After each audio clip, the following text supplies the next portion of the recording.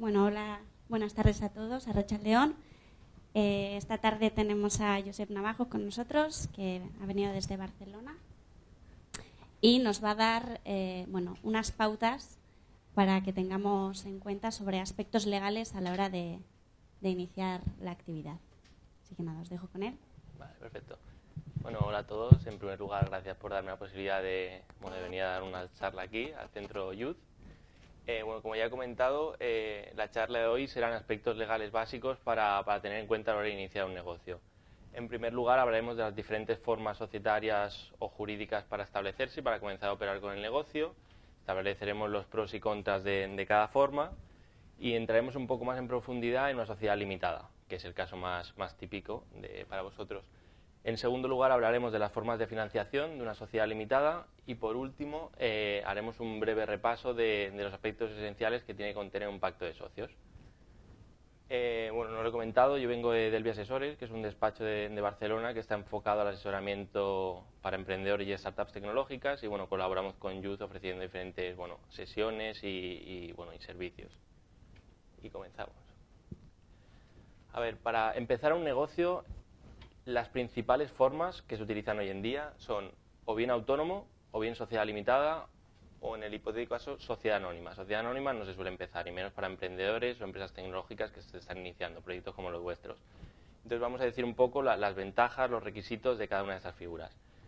La primera figura es autónomo. Autónomo es la figura más sencilla, la más económica y la que se puede empezar de hoy para mañana. El único requisito es darse de alta en la agencia tributaria, se haría con el modelo 036 y pagar las cuotas de autónomo. Ahora con la nueva reforma para emprendedores tenéis más facilidades, los menores de 30 años únicamente pagarían la cuota de 50 euros, que antes eran 178. Y para mayores de 30 años, hombres y 35 mujeres, pues ya pagarían a partir de 178 o 250. Pero bueno, que los requisitos de entrada no son demasiados, únicamente es rellenar el formulario 036 y darse de alta a la Seguridad Social. ¿Qué riesgos tiene autónomo? Es decir, cuando comienzas tu actividad profesional como autónomo, el riesgo más claro es que respondes con todo tu patrimonio, presente y futuro. Es decir, si recibes algún tipo de sanción o demás, pues vas a responder tanto con el patrimonio profesional, es decir, la mesa del ordenador que tengas, el ordenador, el coche, aparte con tu vivienda, por ejemplo, a nivel personal. Si tú tienes la vivienda, tu título personal, puedes acabar respondiendo con la vivienda de las deudas que ha hecho con el negocio.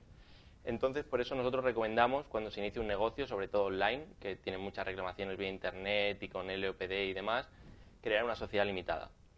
La sociedad limitada, lo bueno que tiene es que desvinculas tu patrimonio personal del de la sociedad. En la sociedad aportaremos el capital social, los 3.000 euros mínimos en la sociedad limitada, y a partir de ahí desvinculamos todo nuestro patrimonio personal como socio del de la sociedad. La sociedad irá adquiriendo patrimonio, irá adquiriendo maquinaria, mercancías, stock y demás, y responderá con esos bienes. Pero todos los que sea título personal de socio, mi casa, mi coche y demás, nunca responderán por las deudas de la sociedad. A nivel de sociedad limitada, conviene también, si os agrupáis diferentes socios, es el único vehículo para articularlo. Es decir, si nos juntamos 3 personas, podemos hacer una sociedad civil profesional, que no dejan de ser autónomos agrupados, pero no es demasiado óptimo para empezar un proyecto, o podemos iniciar una sociedad limitada. Creamos una sociedad, aportamos 3.000 euros de capital y nos repartimos las participaciones en función de la dedicación o del dinero que pongamos cada uno en la sociedad. Y a partir de ahí iniciamos el negocio con un nombre, es decir, la sociedad con su denominación social y opera en el mercado. Esto también gana credibilidad con terceros. Es decir, si tú en tu página web, en la política de protección de datos, en la política de privacidad, estableces quién hay detrás de la página web, poner un nombre particular nunca genera demasiada confianza porque parece un negocio que está empezando, que no va a acabar de responder. En cambio, si pones una sociedad limitada, ganas mucho peso, ganas mucha confianza. A nivel también óptimo es tributación. En autónomo declaras, tus beneficios van a declaración de la renta y es tipo progresivo. Es decir, empiezas tributando un 15% y puedes acabar en un 52%, depende de la comunidad autónoma. Es decir, si ganas mucho dinero, a partir de cierto punto te conviene mucho más pasarte a una sociedad limitada, que comienza a tributar, ahora con la reforma también de emprendedores, si la habéis creado en 2013, tributa el 15% el primer año, y a partir de ahí podríamos irnos al 25%. Y por último lugar, sociedad anónima. Sociedad anónima, no lo recomiendo, como ya lo he dicho de inicio, son 60.000 euros de capital social, es un desembolso inicial muy elevado para un proyecto como el vuestro y que realmente no tiene ninguna mejora sustancial, únicamente que la transmisibilidad de las participaciones es mucho más libre. Es decir, para sociedades, por ejemplo, que cotizan en bolsa, pues sí que es necesario ser una sociedad anónima, pero en caso contrario no es un requisito fundamental. Y esas son las tres figuras con las que se empezaría un negocio. Ahora vamos a hablar, nos vamos a centrar en la figura de la sociedad limitada, porque es la figura que más se utiliza hoy en día, y vamos a establecer un poco los requisitos legales para poder constituirse. ¿Qué necesitamos? ¿Qué necesito para crear una SL? Pues en primer lugar necesitamos un nombre, una denominación. Esto se puede pedir en el registro mercantil central, solicitas 5 denominaciones, le das 5 opciones y a partir de ahí te conceden una de las 5, o ninguna, depende. Es decir, el registrador lo verifica, si no hay ninguna idéntica o similar y a partir de ahí te la conceden. Socios. Los socios, podéis tener un socio, podéis tener 50 socios, no hay una limitación. Los socios, eso sí, en caso de personas físicas, tienen que tener o DNI o NIE, y en caso de personas jurídicas, pues tienen que tener el NIF. Luego tiene que tener un órgano de administración. Un órgano de administración, el caso más típico, administrador único, pero hay diferentes formas que las comentaremos más adelante, que pueden ser administradores solidarios, administradores mancomunados o un consejo de administración. Esto es el órgano que dirigiría la sociedad, que representaría a la sociedad frente a terceros y llevaría el día a día de la sociedad. Aparte de eso, el capital social, como hemos comentado, en la sociedad limitada, un mínimo de 3.000 euros, y estos 3.000 euros pueden ser una aportación dineraria o no dineraria.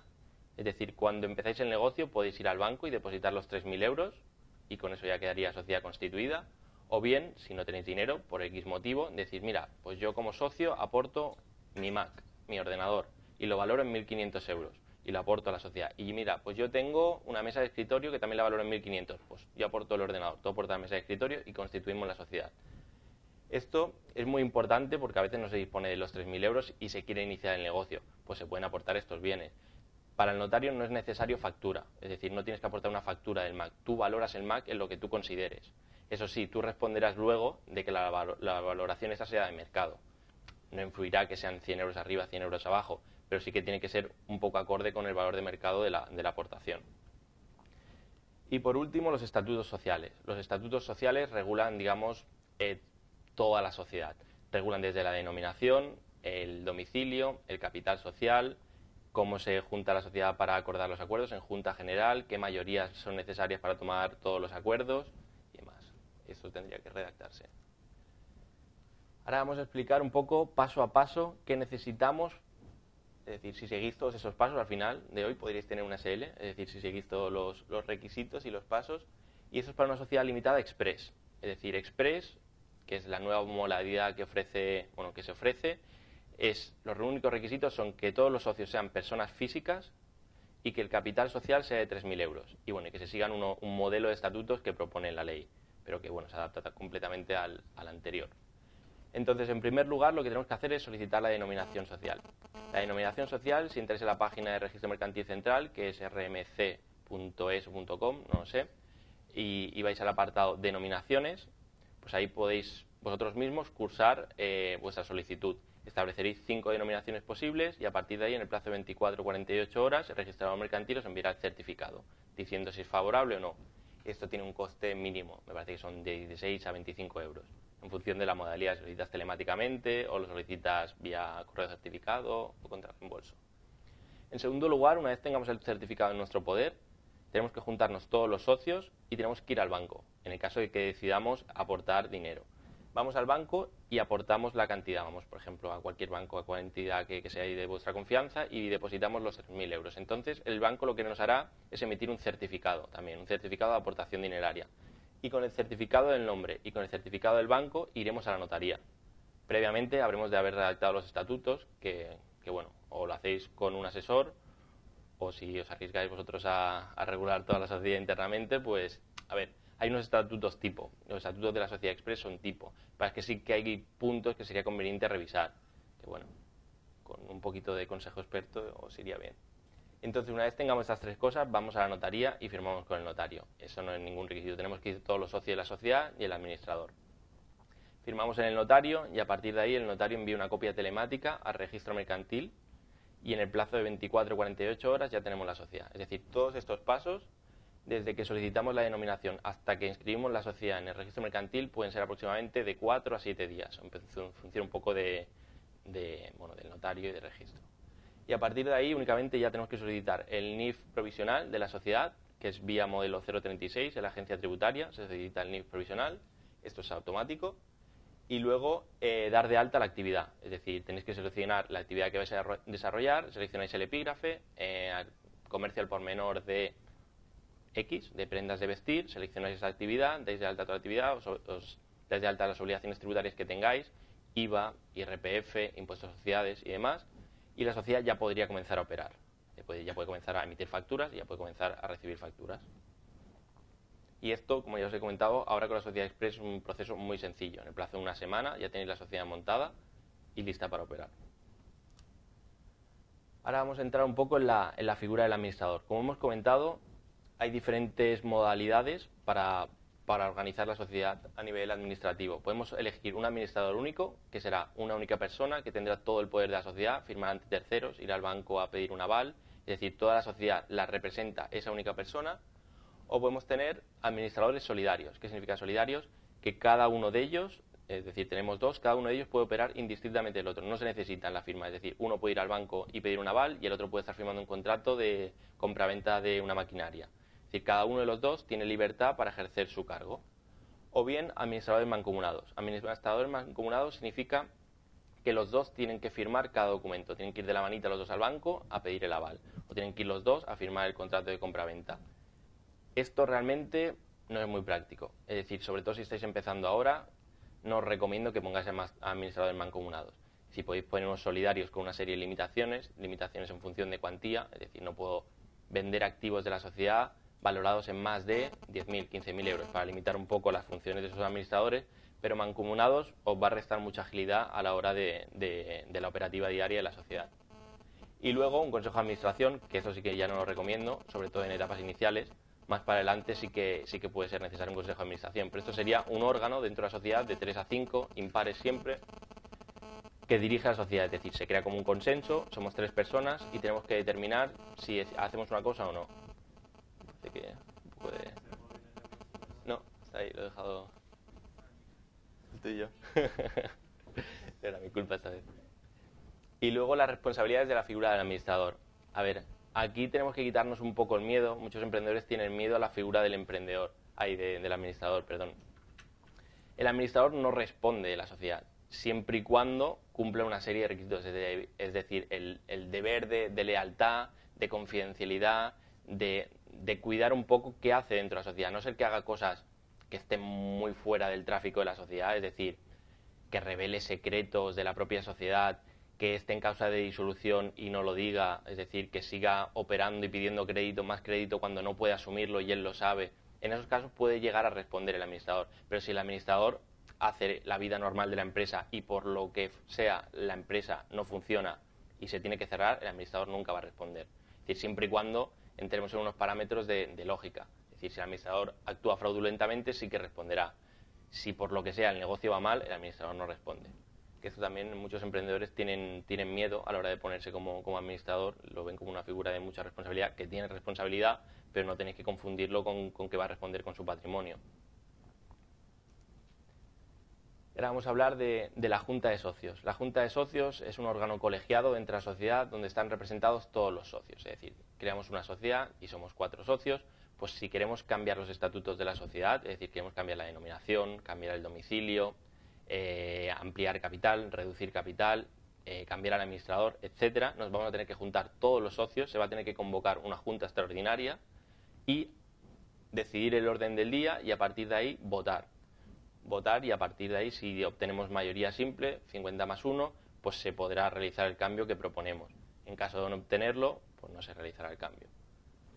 Y siempre tiene que haber una junta ordinaria, que es a los 6 meses, que es para aprobación de las cuentas anuales. Es decir, tenemos cuando se cierra el ejercicio social, normalmente 31 de diciembre, tenemos 3 meses para formular las cuentas, los administradores, y a partir de ahí 3 meses más para aprobarlas, que se tendría que convocar a la junta, a todos los socios, para que aprueben estas cuentas anuales y depositarlas en el registro mercantil. Esto de las mayorías reforzadas, bueno, necesarias para la adopción de acuerdos, en principio es 51%, pero nosotros en los estatutos podemos establecer que determinadas competencias necesiten mayoría reforzada, es decir, para una ampliación de capital es necesario el voto favorable del 65% de los socios o del 70%. Eso es para proteger también que no tomen las decisiones un socio que tenga un 51% y pueda hacer lo que quiera con la sociedad. Pues se pueden establecer limitaciones vía estatutos.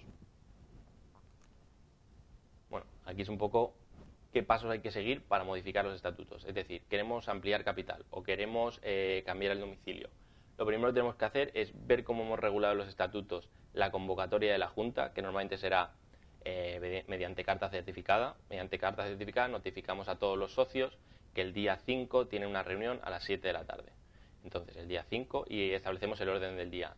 Se convoca a la Junta para cambiar el domicilio de la sociedad. Entonces, el día 5 vendrán aquí todos los socios y votarán. En caso de que sea mayoría, se cambiarán los estatutos. El presidente de la Junta redactará el acta diciendo: nos hemos juntado fulanito y menganito y han votado favorablemente para cambiar el domicilio social de la sociedad. Y a partir de ahí el secretario certificará el contenido del acta y esto es lo que podemos llevar al notario para que haga la escritura pública. Toda modificación de estatutos pasa por junta de socios y a partir de ahí a la notaría. De la notaría al registro mercantil. Es decir, cualquier cambio de la sociedad, aunque sea mínimo, aunque vosotros digáis, es decir, establecéis el domicilio porque acabáis de empezar en el piso de alguno de vuestros socios o en el mismo centro, porque es más rápido, porque queremos salir ya con la empresa y no tenemos domicilio, lo ponéis aquí. Si luego os cambiáis 3 calles más para allí, vais a tener que cambiar los estatutos. Y esos son costes de abogado, son costes de notaría y son costes de registro mercantil. Y no es barato. Y no os quiero asustar tampoco, pero que el domicilio es lo que más pasa normalmente, que se fija un domicilio al azar, casi un domicilio de uno de los socios o el de la misma incubadora o centro. Y al cabo de 3 meses se cambia el domicilio. Pues aproximadamente 300-400 euros, si quieres seguir todo el proceso. Y ahora vamos a hablar un poco de financiación del proyecto. Era uno de los puntos que me comentaron a ver si podía desarrollar. Y para vosotros, para emprendedores y startups, lo que se utiliza normalmente es inversión privada. Es decir, inversión privada tenemos desde la básica, que hemos puesto aquí, las 3 Fs, Family, Fools and Friends. Es decir, a quien consigáis engañar más cercano para que ponga dinero en vuestro proyecto. Y normalmente esta gente no es profesional, no os va a pedir que redactéis un pacto de socios asegurándoles una rentabilidad. Muchas veces no va a querer figurar ni en la escritura de constitución, os va a dar el dinero prácticamente sin ningún requisito. Yo os recomiendo firmar un contrato. Firmar un contrato que es un contrato de préstamo, devolviendo el dinero con un tipo de interés o participando un porcentaje mínimo. Aquí tenéis que tener en cuenta que si aquí hay casos de todo, nos hemos encontrado un poquito de todo. Desde que gente que empieza el proyecto y da un 49% a sus amigos porque les han puesto 3.000 euros. Pues tampoco, porque luego va a venir el siguiente que va a poner dinero y entonces se va a quedar también un porcentaje de la participación y vosotros os vais a ir diluyendo y al final el equipo promotor se va a quedar con un porcentaje muy reducido. Esto tenéis que verlo bien, es decir, es el primer inversor, pero igualmente hay que regularlo. A partir de ahí tenemos los Business Angels, es decir, Business Angels es ya inversor profesional, se dedica a ello y aporta cantidades pues desde 50.000 euros a 250.000 euros aproximadamente, hay un poco de todo. Van un poco en función, están muy especializados en mercados. Tenemos inversores, Business Angels que están enfocados a e-commerce, como Caviedes, tenemos a inversores privados que están enfocados a gaming, como Carlos Blanco. Están muy enfocados a un sector y normalmente de ahí no salen, sobre todo también repartidos por comunidades. Un Business Angel no tiene startups en Barcelona, Madrid, Alicante y Galicia, normalmente las tienen focalizadas en un sitio. Es decir, quien sea, las tiene en Barcelona o Barcelona y Madrid, pero no va a tener, porque claro, se tienen que ir desplazando todas las juntas y ver un poco la evolución de todos estos proyectos. Los Business Angels también son una figura que te pueden aportar solo dinero o te pueden aportar dinero, conocimiento, contactos. Eso lo tenéis que valorar un poco vosotros cuando entre en la sociedad. ¿Queréis un inversor que solo os dé 300.000 euros, 200.000 y a partir de ahí que venga a las juntas y vote y ya está?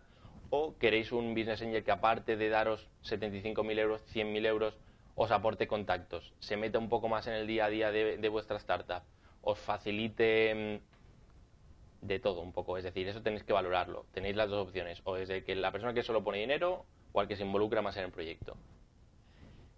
Y por último tenemos VCs, Venture Capital, que ya viene Es decir, todo esto es como una línea. Primero entrarán Family, Fools and Friends, luego entrará Business Angels y luego entrarán Ventures Capital. Y normalmente cuando entra uno van saliendo el resto. Ventures Capital es ya más, es decir, 250.000 euros para arriba. Y primero entra a nivel nacional y luego, si todo va bien y tiene que entrar otro Venture Capital, entra ya a nivel internacional. Eso es cuando vaya muy bien la cosa. Y esto se va a ir superponiendo, es decir, vais a firmar un pacto de socios con el Business Angel, vais a firmar otro pacto de socios con el Venture Capital, con el siguiente Venture Capital otro, es decir, se van a ir solapando.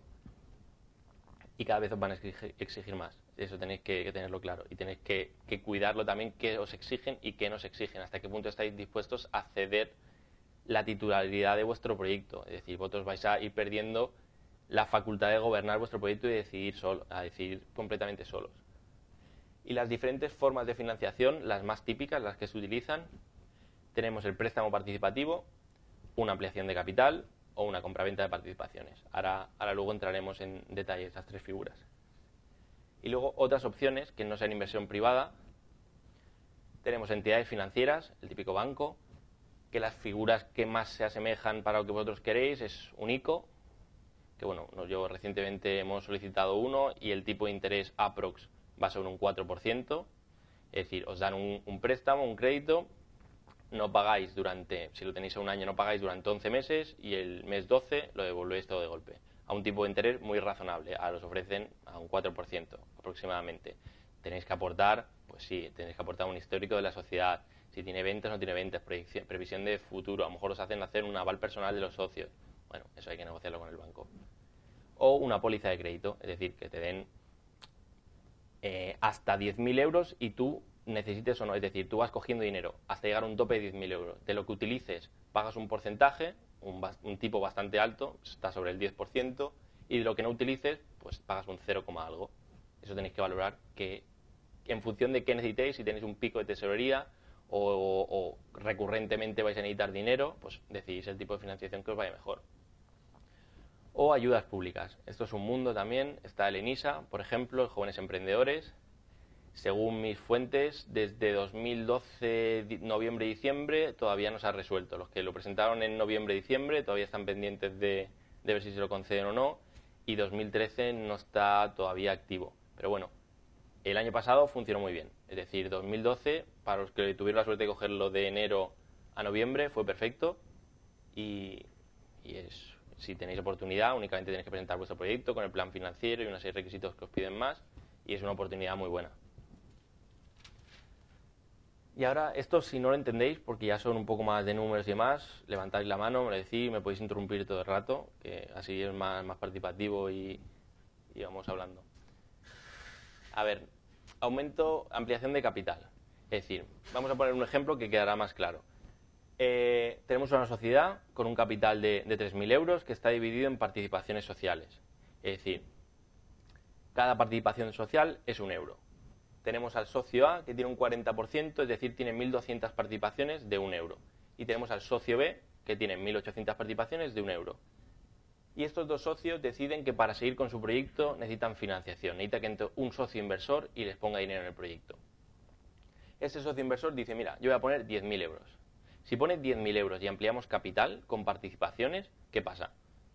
Que nos diluimos. Es decir, que si tenemos un capital de 3.000 y lo pasamos a 13.000 el capital social, el socio A y el socio B se quedan con un porcentaje de un 10, un 15 más o menos, y el inversor se queda con un 70. Eso no lo queremos. Es decir, queremos meter al inversor en la sociedad, pero darle un porcentaje pequeñito, es decir, acorde al valor que hayamos dado nosotros pre-money a la sociedad.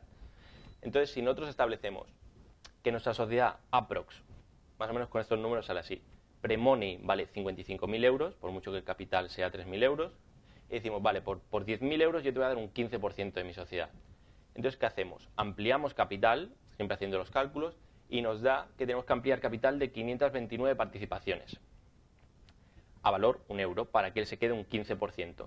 Nosotros nos vamos a diluir, es decir, el socio A se diluye hasta un 34, el socio B hasta un 51, y entonces entra el inversor con un 15%. Y para articular esto lo que tenemos que hacer es poner que aporta a capital social por valor nominal y luego una prima. La prima es el valor añadido que ha ido cogiendo la empresa. Pero sobre todo que no se ponga todo en valor nominal, porque si no se queda con toda la sociedad. A ver, esto Si hacéis una ampliación de capital, iréis bien asesorados. Esto lo digo yo para que os suenen. El abogado nos va a decir, sí, se va a quedar con el 80. Pero bueno, que os vayan sonando los términos. Y para hacer esto tenéis que hacer una valoración pre-money de la sociedad. No la tenéis que valorar en 3.000 euros, sino tenéis que decir, valorando los activos, los clientes, el fondo de comercio, la marca, etcétera, etcétera, etcétera, la proyección a futuro, valoráis la sociedad en una cifra. En este caso, por las cifras van 55.000 euros. Y después de la entrada del inversor, pues tendrá una post-money de 65.000 euros. ¿Esto no se ha quedado claro o tenéis alguna duda? A ver, esto no hay un criterio unificado, es decir, si te vas a una auditoría, a una auditora sí que te lo va a hacer, pero en vuestros casos, para el primer inversor, tenéis que recurrir un poco a vuestros recursos, es decir, tú valoras, tienes un histórico, tienes una página web, tienes usuarios, no tienes usuarios, tienes la marca registrada, no, tienes 5.000 fans en Facebook, bueno, se valora todo. ¿Has hecho alguna venta ya? ¿Tienes clientes, cartera de clientes? ¿Cuántos socios sois? ¿Qué dedicación tenéis? ¿Estáis cobrando todo vuestro salario o os habéis reducido el salario para el proyecto? Todo esto, todo lo vais a cuantificar y a partir de ahí le vais a dar una valoración a la sociedad. Nadie os va a discutir si es el primer inversor una valoración de 50, 60. A ver, mientras lo justificáis más o menos. Es un poco intentar valorarlo al máximo vuestra sociedad. En rondas posteriores, es decir, Venture Capital y demás, si va a venir una auditora y te va a mirar la sociedad arriba abajo y te va a hacer una due diligence y te va a decir tu sociedad vale X. Y de ahí podréis negociar un poquito para arriba y para abajo. Pero no, en etapas iniciales tenéis que valorar todo. Aunque a ti te pueda parecer una tontería las visitas que tiene tu página web, pues no, tiene un tráfico, tiene a lo mejor 300 visitas diarias, o 1.000 o 2.000, y eso tiene un valor económico. La cosa es que tú sepas darle ese valor económico y lo sepas defender luego. Y luego tenemos el préstamo participativo. El préstamo participativo, la figura es un contrato privado, es como un préstamo realmente, es decir, yo te doy 10.000 euros y me los vas a devolver al cabo de un año con un tipo de interés. Esa es la figura tradicional. Tipo de interés, podemos fijar un tipo de interés fijo, un 3, un 4, un 5, o podemos fijar un interés fijo más variable o solo variable, en función de criterios objetivos. Ventas, EBITDA, hay 1.000 fórmulas. Y aparte, la posibilidad que se ofrece esto para que sea una inversión realmente es que este préstamo se puede capitalizar dentro de la sociedad. Es decir, primero te doy el dinero, tú no eres socio de la sociedad, yo te he dado un préstamo, 10.000 euros, pero no soy socio. Lo que sí que tengo es una opción que de aquí a un año yo pueda convertir este préstamo en capital. ¿Cómo? Haciendo la ampliación. Pero todo esto lo vamos a haber tenido que regular en el contrato. Es decir, yo ahora mismo te presto 10.000 euros teniendo en cuenta que tu empresa la valoramos en 55.000 euros. Es decir, ya dejas todo reflejado en el contrato. Y a partir de ahí, de aquí a un año, yo tengo la opción de capitalizarlo. Es decir, de hacer una ampliación y meterme y coger el 15%. Aquí una cláusula importante es quién tiene la opción de capitalizarlo o no. El poder de decidir si entra o no entra. Hay diferentes opciones. Que sea obligatoria conversión, lo fijemos así en el contrato. De aquí a un año sí o sí lo vas a convertir a capital. Que lo puede decidir el equipo emprendedor, es decir, vosotros tenéis vuestra startup, alguien os deja 10.000 euros y de aquí a un año vosotros podéis decidir si devolverle los 10.000 euros con interés, es decir, con un 4%, le devolvéis 10.000 y pico, o lo capitalizáis y lo metéis a ampliación de capital y entonces vosotros tenéis la facultad de decir, mira, me lo quito de encima a este socio y le devuelvo su dinero y ya sigo porque ya me ha servido el dinero para un pico de tesorería que tenía. O no puedo devolverle el dinero y lo meto dentro de la sociedad. O tenéis la opción, eso si sois la posición débil, que lo va a decidir el inversor. Es decir, que él te va a dejar 10.000 euros y al cabo de un año, depende cómo vaya la sociedad, va a decir o me devuelve los 10.000 euros, que normalmente es cuando la sociedad ha ido mal, o me meto en la sociedad quedándome un 15%. Pero tendríamos que volver a esta figura. Es decir, el préstamo es un paso previo que os podéis ahorrar y no hacer la ampliación de inicio, lo podéis hacer mediante un préstamo participativo. Y al cabo de un año, cuando se acabe el préstamo participativo, hacer la ampliación de capital. Y con estas dos figuras, el dinero se iría a la sociedad. Es decir, hago una ampliación de capital, meto 10.000 euros, el dinero se queda en la sociedad. Mediante la otra figura, que es compraventa de participaciones, no. Es decir, aquí tenemos 3 socios, viene un inversor y me compra toda mi parte por 10.000 euros. Los 10.000 euros me los voy a llevar yo, no se os va a quedar en la sociedad. Por eso no es una figura de inversión bien. Entraría el inversor, pero el dinero no va a quedarse en la sociedad, o sea que no es una figura muy viable. Y no se amplía capital social. Y ahora vamos a entrar por último en pacto de socios. A ver, pacto de socios es un mundo. Es decir, mañana tengo una charla en Álava solo de pacto de socios, pero quería que os sonara un poco y como normalmente aquí hay muchas dudas y muchas preguntas y demás, vosotros levantéis la mano tranquilamente cuando acabemos o ahora me interrumpís y vais preguntando. El pacto de socios, bueno, para empezar, ¿qué es un pacto de socios? Es decir, es un contrato privado entre todos los socios, que es voluntario, es decir, lo firmamos porque queremos, porque tenemos la voluntad de regular X situaciones, y que tiene eficacia entre las personas que suscriben el pacto. Por eso es importante que lo firmen todos los socios de la sociedad, para que, si acordamos algo, que nos vincule a todos. ¿Con qué se diferencia con los estatutos sociales? Los estatutos sociales, que también regulan el funcionamiento interno de la sociedad, es obligatorio, porque te lo exige, si no puedes constituir la SL. Es público, porque está inscrito en el registro mercantil y todo el mundo puede ver el contenido. A lo mejor no nos interesa que todo el mundo sepa que yo tengo una opción de compra a X años, entonces por eso va en contrato privado. Y que tiene eficacia frente a terceros, es decir, lo que pongan los estatutos lo puedes oponer tanto a los socios como terceros que contraten con la sociedad. Y entonces, a partir de aquí, hay muchas cláusulas que introducir. Depende de cuándo firmemos el pacto de socios. Es decir, si vosotros ahora tenéis un proyecto, sois 3 personas que acabáis de empezar, tenéis una idea y queréis comenzar a arrancar y creáis una SL y firmáis un pacto de socios, va a tener una serie de cláusulas, pero hay que regular X supuestos, y yo os lo recomiendo que lo reguléis. Pero si entra un Business Angel o un Venture Capital, va a querer regular otra serie de supuestos, que más que nada van a ser dónde está su dinero, que controle la sociedad y cómo va a recuperar su dinero. Aquí vamos a comentar un poco el pacto de socios más inicial, las cláusulas que podéis poner vosotros, si os juntáis 3 o 4 personas para iniciar un proyecto, que os suenen y que digáis, mira, pues esto lo tendríamos que regular en un contrato privado, porque luego comienzan a salir problemas. Tenemos las cláusulas de control. Las cláusulas de control, la primera serían mayorías reforzadas. Como os he comentado en la junta de socios, hay algunas, por ejemplo, ampliación de capital, que se necesita un 51%. A lo mejor por la distribución de nuestras participaciones en la sociedad, hay una persona solo que puede decidir ampliar capital. Y si somos 3 socios, no nos conviene que esa persona pueda tener control absoluto de la sociedad. Por eso establecemos en un contrato privado que para determinadas decisiones se va a requerir una mayoría reforzada, es decir, situaciones clave, es decir, ampliaciones de capital, reducciones, compraventa de sociedades, compraventa de activos muy gravosos a partir de X cifra, 50.000 euros, 60.000, 70.000. A partir de ahí exigiremos unas mayorías mucho más amplias, que necesiten el consenso de más parte de los socios, es decir, que requieran como mínimo 2, 3 socios, si sois 4. Y a partir de ahí también podemos limitar la figura, es decir, los poderes de la figura del administrador. Es decir, fijamos un administrador, pero no queremos que esta persona pueda contratar al personal, a todo el personal, a que fije ya los sueldos, a que venda los activos de la sociedad. Entonces, ¿qué podemos hacer? Un comité de dirección. Un comité de dirección en el que haya, por ejemplo, 3 socios de los iniciales, si sois 4, pues ponéis a 3 o los 4, y que para determinadas situaciones se tenga que pedir el voto favorable de la mayoría de esos socios antes de que el administrador pueda decidir nada. No sé si esto queda claro, esto de control. A partir de ahí, otras cláusulas que son importantes para vosotros. Permanencia de los socios. Vosotros iniciáis un proyecto y sois 3 socios, resultados no va a tener en el minuto 0, es un proyecto que se ha planteado a 3 años y a partir de ahí pues distribuís el capital. Imaginaos que habéis repartido un 33, 33, 33 entre 3 socios. Y al cabo de un año, uno de los socios desaparece. Dice que no quiere formar más parte del proyecto y que se quiere ir. ¿Qué hacéis? Si no se ha firmado nada, según los estatutos sociales, él dejaría de prestar sus servicios en la sociedad y se quedaría con el 33%. ¿Queréis eso? No, entiendo que no queréis eso. Si deja de prestar sus servicios, pues se van a establecer toda una serie de cláusulas para poder sacarlo de la sociedad. Es decir, se va a establecer una opción de compra de que si el socio deja la sociedad en el primer año, le vais a comprar el 100% de sus participaciones a valor nominal. Es decir, va a ser una penalización para el socio que se va. Si se va el segundo año, pues a lo mejor decimos que le compramos el 50% y que se quede el 50% restante porque, mira, ya ha colaborado un poco más en el proyecto y se ha ganado su 50%. Y si se va a partir del tercer año, pues ya se puede quedar con todas las participaciones. Pero eso es para evitar que vosotros contratéis, por ejemplo, un programador que os va a desarrollar toda la parte web, el CTO, muy bonito, lo tenéis ahí y al cabo de un año se os va. Y vosotros habéis asignado una serie de participaciones a esa persona.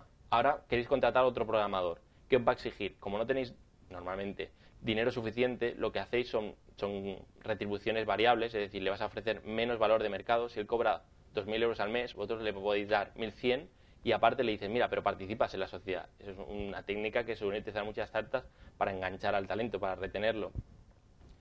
y entonces, si ya tenéis asignado ese 33%, o le dais de vuestra parte o no sigue el proyecto. Cláusulas de no competencia. Iniciáis el proyecto también, otro ejemplo, somos 3 socios, tenemos una empresa que se dedica a desarrollar camisetas personalizadas. Y uno de los socios pues comienza, se le ocurre la brillante idea de hacer calcetines personalizados. ¿Qué pasa? ¿Le podemos decir algo al socio ese? Si no hemos establecido pacto privado, pacto de socios, no. Es decir, porque según la ley, según los estatutos sociales y la ley mercantil, no sería competencia. Entonces tenemos una persona que está dentro de nuestra sociedad que para nosotros nos está haciendo competencia porque el siguiente mercado eran los calcetines y que no podemos echarla. Pues todo eso se regula en un pacto de socios. Vamos a establecer qué consecuencias tiene que nos haga la competencia uno de nuestros socios. Normalmente es una cláusula de indemnización o bien opción de compra para sacarlo cuanto antes posible de la sociedad y quitarle su porcentaje. También tenemos que regular las aportaciones de los socios.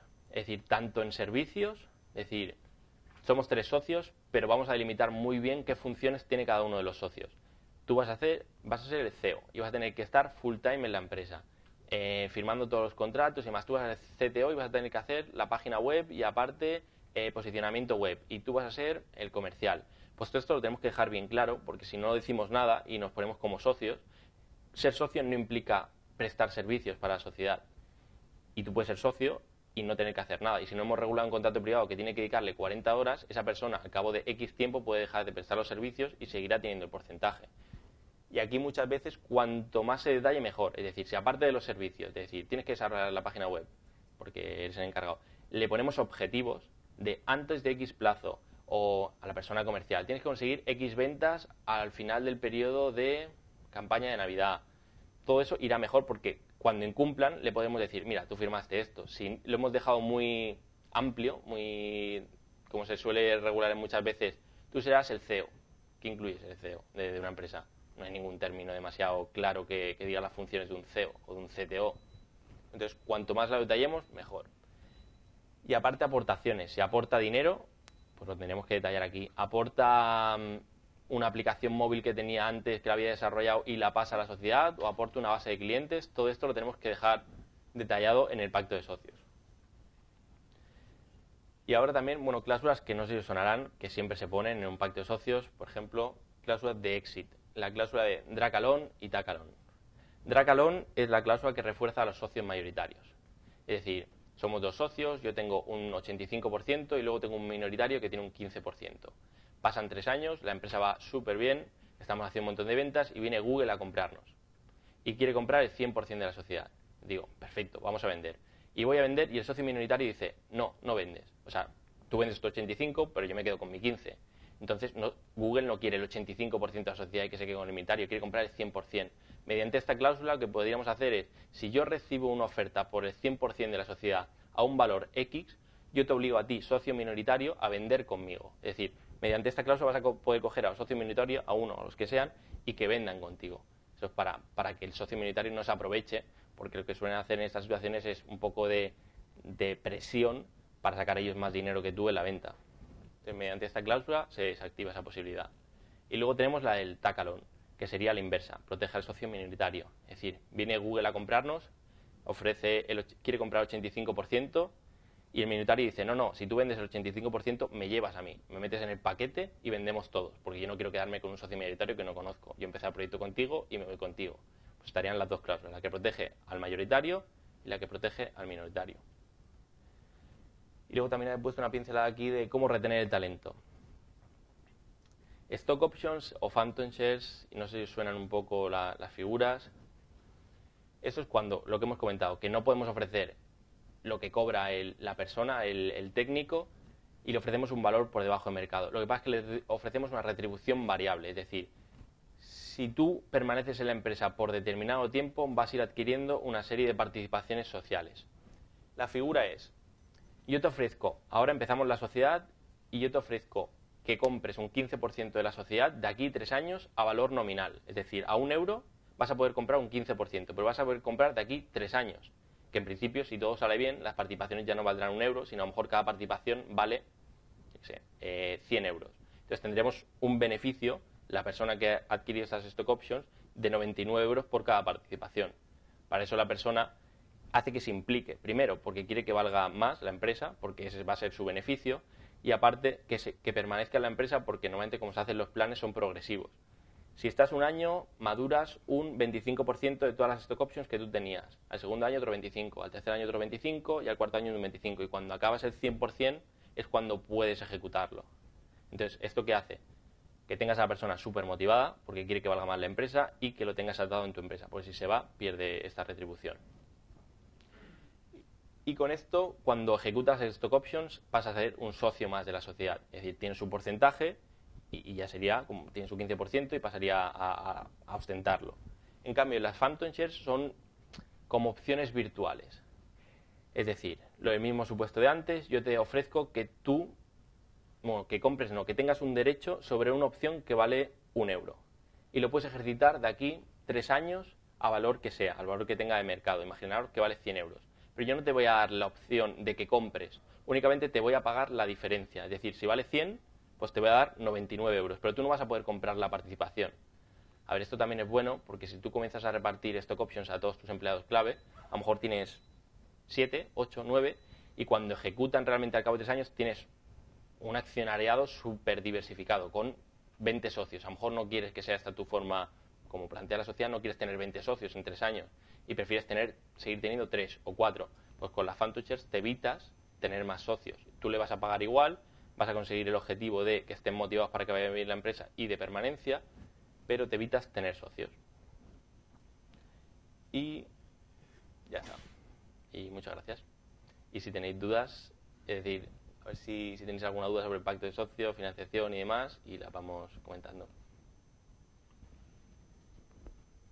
Yo os voy a pasar el micro, ¿se oye? Sí. Vale. Sí. Para que nos estén escuchando desde el streaming también, escuchen la pregunta.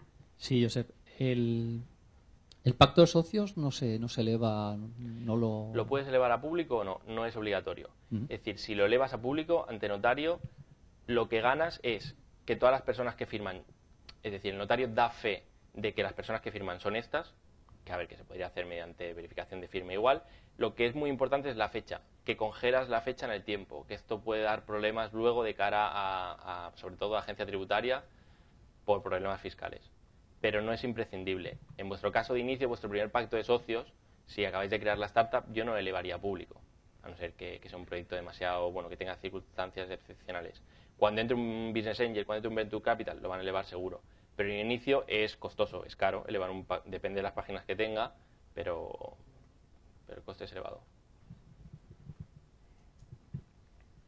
Bueno, Josep, gracias por la charla. Ha estado muy bien. Bueno, yo que ya he pasado por todo eso, está bien volver a repasarlo, ¿no? El tema del pacto de socios, importantísimo. Por ejemplo, en nuestro caso hicimos la sociedad. El pacto de socio era algo que, bueno, sí, estaba ahí, pero llevamos, de hecho, ya un tiempo operando sin forma de sociedad y lo hicimos, el pacto de socios. Afortunadamente no hubo ningún problema, ¿no? Pero bueno, puede dar lugar a problemas y muchas veces no le damos la importancia que tiene el pacto de socios. Entonces, claro, muchos proyectos empiezan a operar sin ser una sociedad, pero en cierto modo bueno, se junta un dinero, se juntan unas personas, todavía no se forma la sociedad pues por las razones X, pues al final es costoso.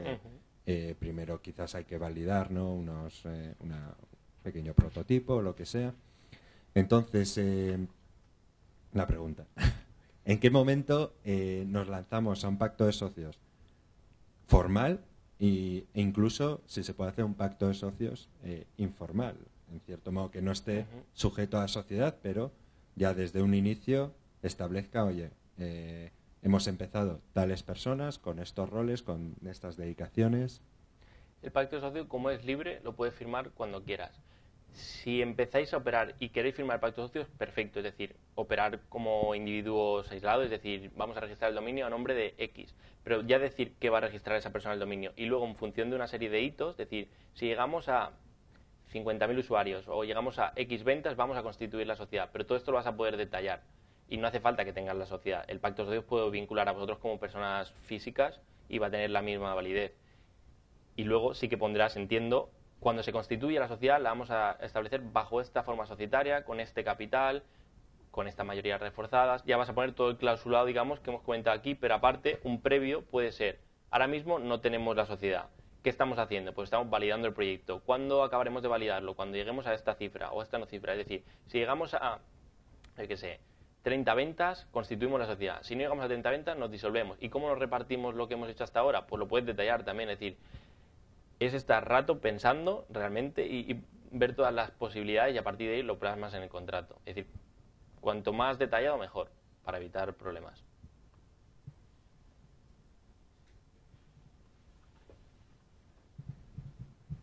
Hola, buenas. Quería comentarte, nosotros en Youth estamos realizando un proyecto y nos interesa el ejemplo que has puesto, por ejemplo, de los calcetines personalizados, ¿no?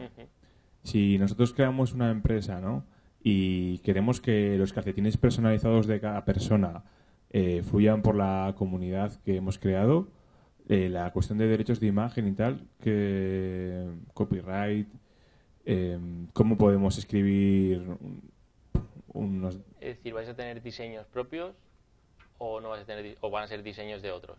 Los de la gente, sí, de otros, sí. Pues tendrás que, es decir, esos diseños tendrás que pedirle que te ceda los derechos sobre esos diseños. Es decir, diseños tipo Star Wars y demás, pues es complicado porque va a tener que pedir la licencia a la empresa de Estados Unidos y más, y es complicado que te los cedan y son costosos. Que sea un diseñador que tú conozcas de aquí, pues bueno, vas a tener que firmar un contrato de cesión de derechos, no sé si retribuido o no, pero bueno, que te ceda los derechos para tú plasmarlos en tus calcetines. Cuanto más, es decir, tú siempre puedes distribuir tus calcetines sin este contrato, pero realmente no está bien hecho. Es decir, tú tienes que tener un contrato de cesión de derechos de imagen sobre todos estos, pues, prototipos. ¿Y eso cómo se hace?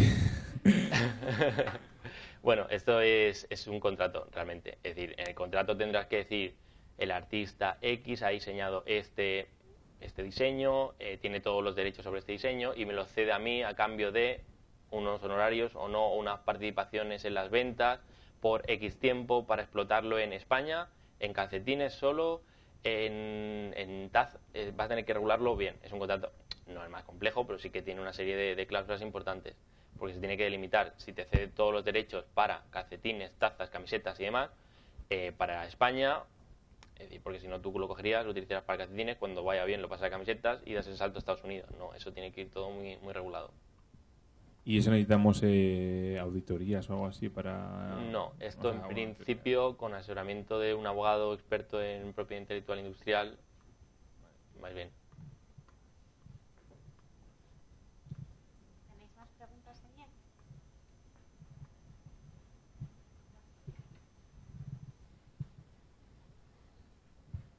Sí, eso es la pregunta que te he dicho antes, de valorar la empresa. Has dicho que, bueno, que todas esas características de tener fans, tener webs, tener ventas, se puede cuantificar. Eso, yo no me lo dices, pero no sé cómo cuantificar, por ejemplo, tener 1000 fans en una red social. Claro, eso va a ser una valoración tuya realmente. Es decir, esos fans, ¿de qué es tu empresa? Tu empresa es de servicios. A lo mejor esos fans no te sirven para nada. Pero tu empresa es un e-commerce, esos fans convierten a ventas y tú tienes el índice de conversión, el ratio de conversión, pues haces una multiplicación rápida y lo traduces a ventas. Depende de si se puede, o a lo mejor ganas en imagen, es decir, es una, por ejemplo, nosotros, Delby, tenemos, no sé, 400 y pico fans en Facebook. Yo no lo puedo calcular a ventas porque no puedo sacarlo, pero a lo mejor sí que lo calculo en imagen. Oye, llegamos, cada publicación que yo haga de Pacto de Socios, llegamos a 450 personas. Pues eso le voy a poner una valoración. A ver, no va a ser una valoración exacta, no voy a poder decir son 5.000 euros. Pero bueno, aprox, vamos a poner unos baremos ahí. Casi todo, pues, si no es por ventas, es decir, un multiplicador, unas métricas, vas a poder sacar por imagen, todo vas a poder valorarlo. Es un poco... Lo primero que viene son ventas y si tienes la marca, es decir, tienes una marca registrada. ¿En cuánto la valoras? Claro, nadie te dice cuánto vale una marca. O tienes una página web, una plataforma súper bien montada, ¿en cuánto la valoras? Puedes calcular las horas del técnico, del programador, pero aparte de eso, a lo mejor tú eres el primero en haber lanzado al mercado y no hay nadie más que tenga esa tecnología, pues eso tiene un extra, un valor añadido. Entonces eso vas a tener que cuantificarlo. Es complicadísimo. Y sobre todo si lo hacéis vosotros. Es decir, yo tampoco sé cuantificarte los fans, ¿eh? Pero bueno, es darle vueltas y a partir de ahí sacar una valoración en la que tú te sientas cómodo realmente. La primera valoración en la de Business Angel es que tú te sientas cómodo, que tú, tu empresa, digas, pues la estoy valorando en 100.000 euros y creo que son 100.000 euros. Que luego no venga y tú la estés valorando en 100.000, te lo pasen a 20.000 y tú digas, pues no me siento cómodo aquí. Es un poco que si te pasan de 100.000 a 90, a lo mejor dices, bueno, no pasa nada. Pero... Y otra pregunta. Si, por ejemplo, cuando tú constituyes tu empresa, quieres que vas a tener unos servicios, unos productos X, ¿no? Pero al paso del tiempo ves otro nicho y sales con una aplicación móvil o sales con otra cosa. Cuando ya das ese salto, tienes que también en el pacto de socios, imagino, incluir ese futuro beneficio, futuro... Vale, aquí hay dos cosas. Están los estatutos sociales, que en el objeto social tú vas a haber puesto qué actividad realizas. Que ahora realmente tú puedes poner un genérico que haces todas las actividades, desde construcción, pesca, e-commerce y demás. Y puedes salir con ese. Lo único importante va a ser la agencia tributaria decir que tú estás desarrollando la actividad X con el epígrafe. A partir de ahí, por ejemplo, los pactos de socios que redactamos nosotros sí que delimitamos muy bien cuál es el objeto social.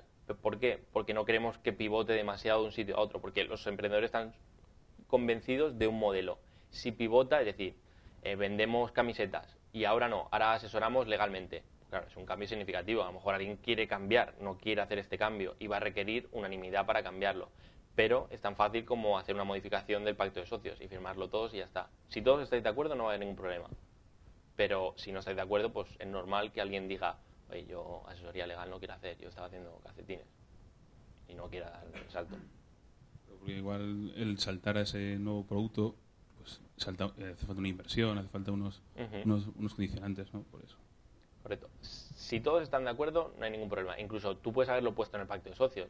Oye, primero vamos a probar hacerlo a través de una página web. Y si esto no funciona al cabo de 3 meses, damos el salto a la aplicación. Lo puedes haber previsto ya. Damos el salto a una app. Pues ya está. No. Siempre y cuando lo hayas previsto, no va a haber ningún problema. El problema está cuando no has puesto nada. Porque alguno puede decir, oye, que yo esto no lo firmé. Y quedarse ahí. También se suelen poner muchas cláusulas en el pacto de socios de desbloqueo de situaciones conflictivas. Es decir, uno quiere hacer esto, el otro no quiere hacer esto. Tenemos 50-50. ¿Qué hacemos? Pues aquí hay todo tipo de cláusulas. Desde que uno le compra al otro, desde que se van a un auditor, valora la sociedad y en lo que lo valore el otro compra. Cláusulas de todo tipo. Me surgen preguntas, Sí. Te las estoy diciendo. Por ejemplo, el caso de la tienda, ¿no? Imagínate que creas una empresa online que vende online, pero como tú has dicho, pues igual abres una tienda en Madrid o donde sea y ves que la gente te compra también y le encuentras un sentido también a vender offline, ¿no? En ese caso, imagínate que sois 3 socios, pero los 3 socios sois tecnológicos y no tenéis ni idea de cómo vender en una tienda. E incorporáis a un socio que va a ser, digamos, el especialista o el que va a llevar la tienda. Ahí entonces tenéis que un poco modificar de nuevo las cosas, ¿no? Correcto. Es decir, si vais a ver la entrada de un nuevo socio, lo podéis haber previsto antes también. Es decir, en el caso de que entre un nuevo socio, ¿quién se va a diluir? ¿Nos vamos a diluir todos? O imagínate que son 2 técnicos y un comercial. No, se van a diluir solo los 2 técnicos y el comercial se va a quedar con un porcentaje. Eso es un poco, si no decís nada, os vais a diluir todos. Bueno, para empezar, no va a entrar esta persona. Es decir, si no se ha previsto en un pacto de socios y vosotros decís, no llegamos a un acuerdo, esta persona no entra. Porque nadie va a querer vender participaciones ni ampliar capital y no se va a aprobar en junta. En el caso de que sí que entra, ¿qué hacemos? ¿Nos diluimos todos a porcentaje proporcional o no? Yo considero que estoy haciendo más trabajo que el resto, que he aportado más clientes y os vais a diluir vosotros. Pues bueno, eso habrá que verlo, habrá que negociarlo bien. Sí.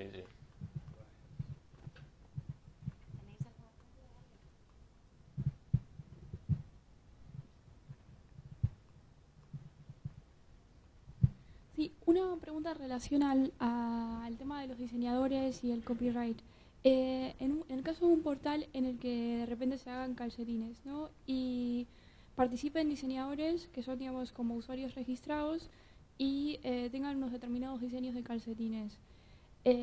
Digamos, la persona que compre esos calcetines lo que va a solicitar es que se hagan a demanda estos calcetines, ¿no? Entonces, en relación a los derechos de los diseñadores, tendrían que registrarlo previamente a formar parte del portal, porque al final le van a vender sus derechos al usuario final. O sea, no... Porque el usuario final va a vender esos calcetines. El usuario final es una tienda. ¿O no? No, sería el consumidor. Vale, no, pero ya compra un bien. Es decir, el consumidor va a comprar un bien que no va a revender, va a ser para uso personal. Sí. Entonces no tiene que tener los derechos sobre el bien. Es decir, cuando tú compras algo de Star Wars, por ejemplo, Sí. sale todo el rato de Star Wars, no sé por qué se me ha metido en la cabeza, pero tú compras unos calcetines de Star Wars y no tienen los derechos, tú tienes los calcetines y ya está. Ya, pero el portal si no quiere cargar con los derechos y quiere que los derechos los tenga el diseñador. El portal lo que va a tener es unas condiciones de uso. Eso que aparece siempre abajo, que sale política de privacidad, condiciones de uso, de contratación y demás, ahí va a tener que desarrollar todo un clausulado que diga el artista X va a subir sus derechos de los cuales él es titular y me garantiza que es titular y yo únicamente voy a hacer de intermediario y no voy a cargar con las responsabilidades, y a partir de ahí él va a vender a través de mi plataforma, pero yo únicamente pongo la plataforma, no me hago cargo de si tiene los derechos sobre las imágenes o sobre el diseño y demás, y lo va a vender a un tercero. Eso se va a tener que regular en las condiciones de uso y contratación. Si tú eres el portal web y no quieres hacerte cargo de nada, tú vas a intentar limitar tu responsabilidad al máximo, diciendo que tu función aquí únicamente es plataforma de e-commerce, que los diseños no son tuyos, y que la persona que sube los diseños, cuando los suba, vas a tener que ponerle que te haga tic en acepto condiciones de uso y contratación, y que ahí diga que tiene los derechos, que los cede a la plataforma para que los venda, bueno, o que los ceda para su venta, no de uso. Por ejemplo, nosotros, un cliente, nosotros tenemos un cliente que es Camalún.com, que se dedica a esto, se dedica a producto personalizado de chapas. Y tiene una gallery que en la gallery diseñadores pues hacen sus diseños en las chapas, suben el diseño y si se vende, pues el diseñador se lleva una parte y la empresa otra. Y es un poco más o menos con los calcetines. Y en el supuesto de que la empresa quiera luego también vender los productos de los diseñadores que han subido sus diseños a internet, aparte de vendérselos a otros, pues con los que más se vendan, pues por ejemplo, quiere abrir una tienda offline y venderlos. ¿Eso ya es más complicado? No, es decir, en las mismas condiciones lo vas a tener que detallar. Es decir, no vas a hacer solo de intermediario en este caso, vas a tener que decir qué haces aparte de intermediario, que tú te reservas el derecho de utilizar estos diseños para montar una tienda offline y tal. Mientras todo quede bien redactado y tengas la aceptación del diseñador, no va a pasar nada. Pero siempre tiene que estar bien detallado. A ver, no recuerdo si esto ha salido el tema de política de privacidad, condiciones de uso y información legal, ¿no? Suele ser normalmente los aviso tres. Legal, política de privacidad y condiciones de uso o de contratación. Eso es. También nos puedes comentar algo sobre eso, y tengo una pregunta, o sea, muy tonta, ¿no? Porque justo has dicho lo del TIC. ¿Es obligatorio que los usuarios hagan TIC específicamente, o se puede decir acepto o pulsando este botón acepto? Vale, a ver, empezamos. A nivel de requisitos que tiene que cumplir una plataforma web, digamos que es un e-commerce que vende un producto, en primer lugar tiene que tener un aviso legal que diga quién hay detrás de esta página web. Que por cierto, ahora lo comento también, que mi compañero Pablo de Delvi hace una charla, me parece que de aquí a una semana, únicamente de LOPD y contratación por internet. Digo, pues él seguro que lo amplía más este tema, pero yo tengo unas pinceladas. Tienes que decir en el aviso legal quién hay detrás de esta página web. Lo que comentábamos antes, que da un poco de imagen. Hay una sociedad, si hay una sociedad tienes que decir el nombre, denominación social, NIF, domicilio, cómo contactar, y todo esto tiene que estar al alcance del usuario y de forma fácil. Si hay un autónomo, igual, nombre del autónomo, DNI, donde tiene el domicilio y demás. A partir de ahí, condiciones de uso y de contratación de la página web. Es decir, yo como usuario entro a la página web y me gusta la mochila X. ¿Qué tengo que hacer? Me tengo que registrar, en primer lugar, tengo que ponerla en el carrito, los precios llevan IVA o no llevan IVA, cómo me lo van a enviar, por DHL, por MRV, aportes debidos, etcétera. Todo esto se tiene que regular. Política de devolución, tengo X días para devolverlo, la ley fija como mínimo 7 si el producto no es personalizado específicamente para esa persona. Durante 7 días el usuario va a poder recibir el producto, hace sí, lo mira, tal, no me gusta, venga, y te lo devuelvo, sin asumir ningún coste el consumidor, el usuario. Garantías, vamos a ponerle al producto o no. En caso de que haya un conflicto, ¿a dónde nos remitimos? Al juzgado de Barcelona, a arbitraje, a mediación. Eso va a tener que quedar, que normalmente es la última cláusula. un poco la interacción entre el usuario y la plataforma para comprar el producto, lo que tenemos que endallar estas condiciones de uso y contratación. Y luego, en tercer lugar, la política de privacidad. Es decir, yo voy a dar mis datos a la plataforma, cuando me registro voy a poner mi nombre, dirección, sexo, etcétera, etcétera, etcétera. Sí, vale, pues entonces tengo que aceptar una serie de condiciones. ¿Quién hay detrás de la página web? ¿Para qué va a utilizar estos datos? ¿Me va a enviar newsletters? ¿No me va a enviar newsletters? ¿Me va a enviar productos? ¿Le va a vender estos datos a otra plataforma? Todo eso tiene que quedar bien articulado. Y ya está. Y bueno, y aparte la empresa tiene que tener inscrito un fichero en la Agencia de Protección de Datos diciendo qué datos recoge y para qué los destina. Y aparte, también otra cosa, tiene que tener un documento de seguridad. Es decir, ¿qué protocolos tiene para guardar esta información? ¿Lo tienen servidores propios? ¿No? ¿Tiene contraseña? ¿Tiene un listado de las personas que pueden acceder a esta información?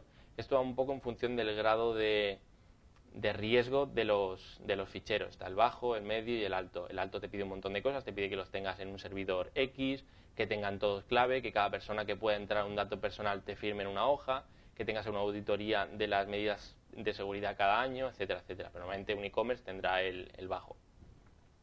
Ya entrando ya en el clic o no clic.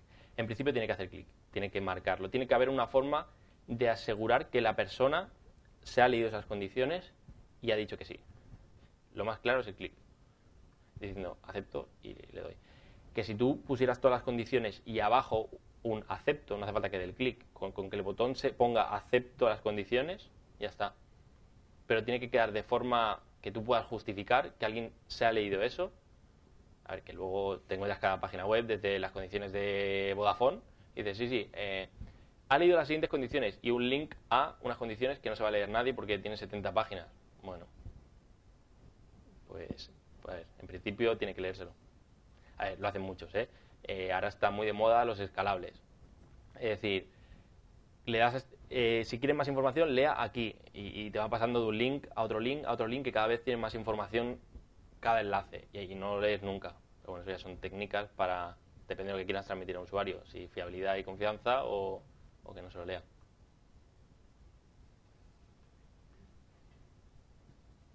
¿Alguna más? ¿Tenéis alguna pregunta? Os comento también una cosa. Nosotros tenemos un blog en delphi.es / creo que es blog, que hemos colgado muchos artículos y la verdad es que yo, para repasar la charla, los he ido leyendo y está muy bien. Es decir, he cogido aquí requisitos para SL, cómo registrar una marca, cómo aportación no dineraria, cómo protejo mi propiedad intelectual. Y todo eso son artículos hechos por mí, por mi compañero Pablo, por Marc de propiedad intelectual, por Sonia y demás. Y están muy detallados, es decir, si tenéis tiempo o os interesa algún tema del blog, yo los iría leyendo. Es decir, más o menos toda esta charla, hay bastantes artículos también de pactos de socio y demás. Si os interesa algún tema concreto, es decir, ¿cómo registro mi marca? Pues a mí me parece 2 o 3 guías para registrar tu marca. Y mira, a lo mejor os ha quedado alguna duda ahora y decís, no puedo preguntarle directamente a él, aunque siempre podéis enviarme un correo electrónico, que yo os contesto, somos muy próximos nosotros y os contestaré enseguida. Y ya está. Ahora te mentiría, pero la da en Girona y diría que ahora en mayo. Creo que la semana que viene, martes o miércoles o jueves. No sé si la hacen en streaming o no. Eso no lo sé. ¿Sí? Pablo Mancía.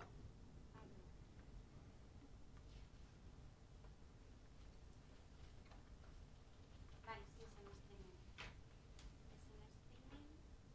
Es el miércoles 15 de mayo de 6 a 8. Y la charla de Pablo es solo protección de datos y condiciones de uso y comercio electrónico y demás. Y ya está. Y como mucho la de mañana, pero me parece que no es en streaming. Como mucho le preguntáis a vuestros compañeros de Álava, a ver qué os he contado. Pero bueno, ya hemos entrado. Era de pactos de socio, hemos contestado bastantes preguntas. Yo creo que os ha quedado más o menos claro.